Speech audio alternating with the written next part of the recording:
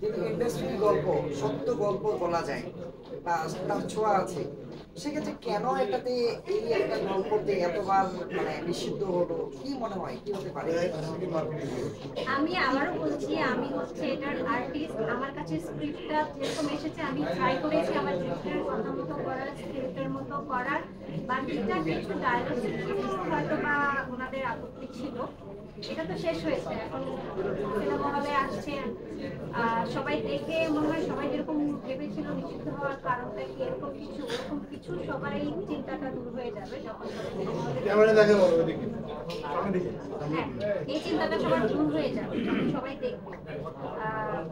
নিষিদ্ধ হওয়া মানে আমরা মনে করতে পারি যে নেগেটিভ কোনো কিছু, বাট না,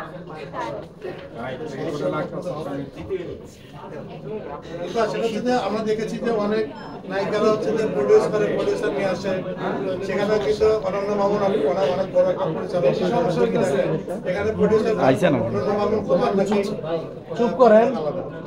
আমি আর্টিস্ট, আমার ডিরেক্টরের সাথে কথা হয়েছে, গল্প পছন্দ হয়েছে। তোমাকে কেন নিল সিনেমা? একটা মেয়ে সাধারণ থেকে সুপারস্টার হয়, উনি চাইনি যে যারা সিনেমা করেছে তাদেরকে দেখাতে, তাহলে হচ্ছে এই ব্যাপারটা বিলিভ করার মতো হবে না যে একটা নায়িকাকেই আমি দেখছি কিভাবে নায়িকা হয়। নতুন একটা ফেসকে উনি দেখাতে চেয়েছে আমাকে, যেমন এখানে একটা সিম্পল একটা গ্রামের মেয়েকে দেখানো হচ্ছে, একদম সাধারণ একটা গ্রাম, যার মা বলতে পারেন বাসায় কাজ করে, এরকম একটা সাধারণ মেয়ে থেকে সুপার স্টার হয়ে যায় এবং স্টারডমটা কিভাবে সে শুরু করে শেষ করে, ওই ওই ব্যাপারটা। আমরা বিভিন্ন সূত্রে খবর পেয়েছি যে এই প্রডিউসার হচ্ছে তুমি নিয়ে আসছো, আর পরিচালক হচ্ছে অন্যান্য মানুষ, কথাটাই সত্য কিনা? না, আমি আপনার কাছে আজকে আমি এর আগে শুনিনি। আচ্ছা, এই সিনেমার গল্পে যেহেতু একটা সাধারণ মেয়ে হচ্ছে সুপারস্টারের গল্প, সেক্ষেত্রে রিয়েলি নিজেকে কখনো সুপারস্টার হিসেবে দেখতে চাই কিনা, সেক্ষেত্রে যদি সেই জায়গা থেকে দেখতে চাই, তাহলে তার আরো কি কি করা প্রয়োজন বলে মনে করেন? আরো বেশি বেশি করে ছবি করতে হবে, ভালো কাজ করতে হবে, মানুষের মনে জায়গা করে দিতে হবে, তারপর ইনশাআল্লাহ। আর আমি আমার জায়গা থেকে ট্রাই করছি আমরা পুরোই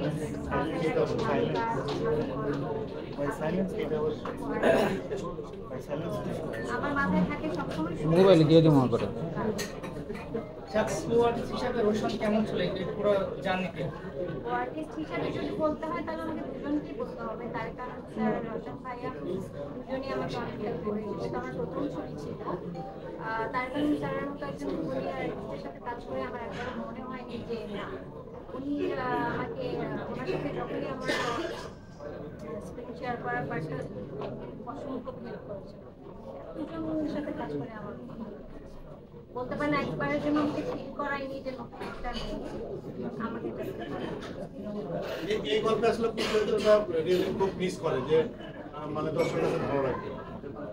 দর্শকের কাছে পুরোটাই ভালো লাগে, আমার কাছে যেটা ভালো লাগবে আমি সেটা শিখেছি যে খুব করে একটা সাধারণ মেয়ে সে সুপারস্টার হয়ে যায়, তার স্টারডমটা ধরে রাখার জন্য নিজেকে নষ্ট না করে বা পথে না যায়, এই ব্যাপারগুলো আমি মনে হয় এটা